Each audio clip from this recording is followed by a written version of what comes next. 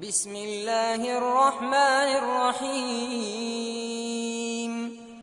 اس قصے کا اصل صحیح بخاری میں وہ ایک سیاہ فام خاتون جس کا خیمہ مسجد نبی میں گاڑ دیا گیا، کبھی کبھی وہ آتی ام المومنین سیدہ عائشہ صدیقہ کے پاس، ان کی خدمت کرتی، باتیں ہوتی۔ ایک بار اس کی زبان پر ایک شعر تھا، وہ شعر پڑھ کے پھوٹ پھوٹ کے رو دی۔ وہ شعر کیا تھا؟ وہ یوم الوشاح من تعاجیب ربنا الا انہ من دارت الکفر انجانی۔ وشاح والا دن، اس دن ہم نے اپنے رب کی قدرت کی نشانیاں دیکھی، اور سب سے بڑی نشانی یہ کہ اللہ تعالیٰ نے اس دن مجھے دار الکفر سے نجات دے دی۔ ام المومنین نے فرمایا کہ یہ کیا قصہ ہے، کیوں رو رہی ہے؟ اپنا قصہ بیان کرتی ہے کہ میں ایک قوم کی لونڈی تھی، میری ذمہ داری اس قوم کی بچی تھی ایک، اس کی نگہداشت، اس کو اٹھانا، سنبھالنا، کھلانا پلانا، نہلانا دھونا، یہ میری ذمہ داری تھی۔ مالدار وہ لوگ تھے۔ ایک یمن وشاح جو ہے، یمن کے سرخ موتیوں کا ہار، تو بچی نے پہنا ہوا تھا، میں اس کو نہلا رہی تھی تو ہار نکال کر سامنے رکھ دیا۔ ایک اڑتی چیل نے اس کو گوشت کی بوٹی سمجھا اور ہار لے کے اڑ گئی، ہار غائب ہو گئی۔ اب پوری قوم میرے سر پہ، ہار کہاں گیا؟ میں بتا رہی ہوں، چیل لے کے اڑ گئی، میرا کیا قصور ہے؟ میں اپنا فرض پورا کر رہی تھی، اسے غسل دے کر چیل لے کے اڑ گئی۔ لوگوں نے یہ بات ماننے سے انکار کر دیا کہ چیل کو کا ہار سے کیا تعلق؟ چیل ہار کیسے لے جا سکتی؟ اب جناب تفتیش ہو رہی ہے، ڈانٹا جا رہا ہے، مارا جا رہا ہے، سامان کی تلاشی لی گئی، کچھ نہ برآمد ہوا۔ آخری پنچایت کا فیصلہ کہ اس کے کپڑے اتار دو، اور ہار دیکھو، ہو سکتا ہے اس نے اپنی شرمگاہ میں رکھا ہو۔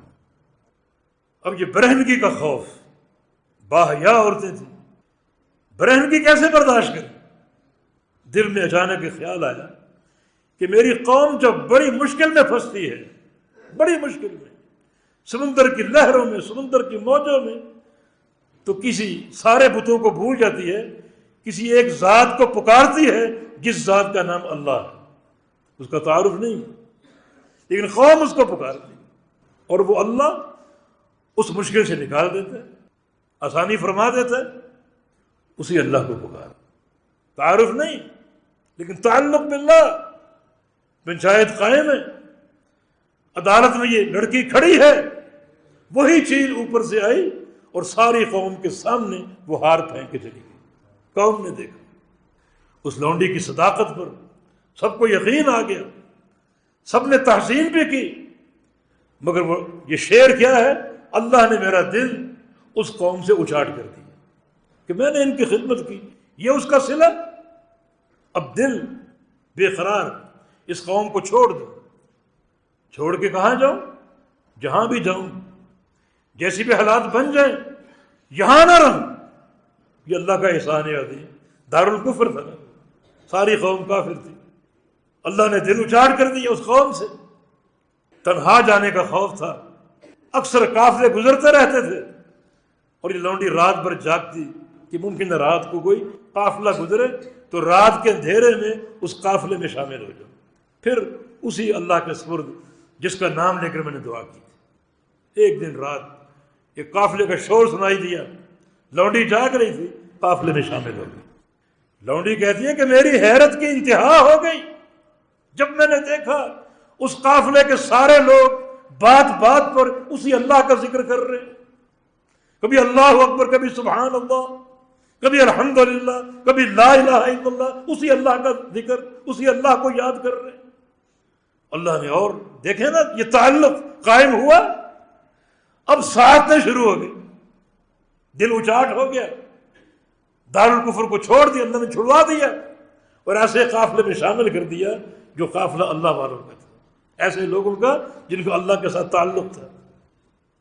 اس لونڈی نے محسوس کیا کہ ایک شخصیت کا نام بڑے ادب سے لیتے، محمد صلی اللہ علیہ وسلم، کبھی ان کو محمد کہتے ہیں، کبھی رسول اللہ کہتے ہیں، تو اس شخصیت کی محبت بھی اللہ نے دل میں پیدا کر دی۔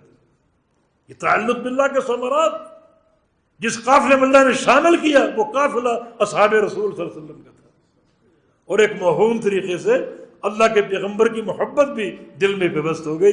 اب یہ آرزو، ایک تمنا اس شخصیت ہے جامل۔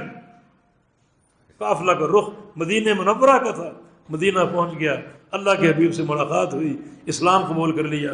وہی لونڈی ہے جس کا خیمہ مسجد نبی میں گاڑ دیا گیا۔